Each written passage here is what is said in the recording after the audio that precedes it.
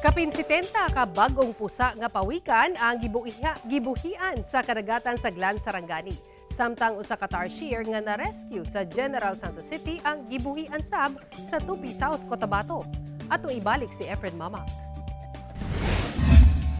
Luwas nga nakabalik sa iyang natural habitat ang usa ka Tarsier human kini na rescue sa usa ka tricycle driver sa General Santos City niadtong Domingo. Ang maong mananap nahibalik sa Tarsier Sanctuary sa Barangay Linan, Tupi, South Cotabato niadtong Martes. Sumala sa DENR 12, nakitaan sa usa ka dalan duol sa public market sa Jensan ang maong Tarsier nga gilayong gi-turn over sa Barangay Hall sa Barangay Dadyanga South. Gi-turn over sab kini sa City Veterinary Office Jensan aron sa saktong obserbasyon. Diyang nasuta nga anaa kini sa maayong kahimtang. Gidala kini sa buhatan sa Penrose, South Cotabato ug dayon sab nga gibuhian. Samtang nagpahimangno ang DENR sa publiko nga i-report dayon kanila kung dunay makit-ang mananap labi na mga wildlife aron ma-rescue ug mahatagan og saktong pagtagad. Samtang mukabat sa 78 ka bagong pusa nga olive ridley sea turtle ang gibuhian sa kabaybayon sa Barangay Tango sa Glan Sarangani niadtong June 19. Gisaksihan kini sa pipila ka mga residente sa maong lugar.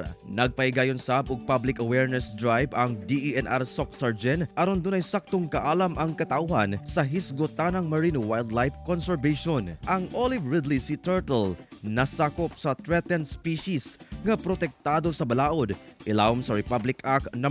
9147 o ang Wildlife Resources Conservation and Protection Act. Kauban si Gary Balantay ug Bong Vicencio, Efren Mamak, 1 Mindanao.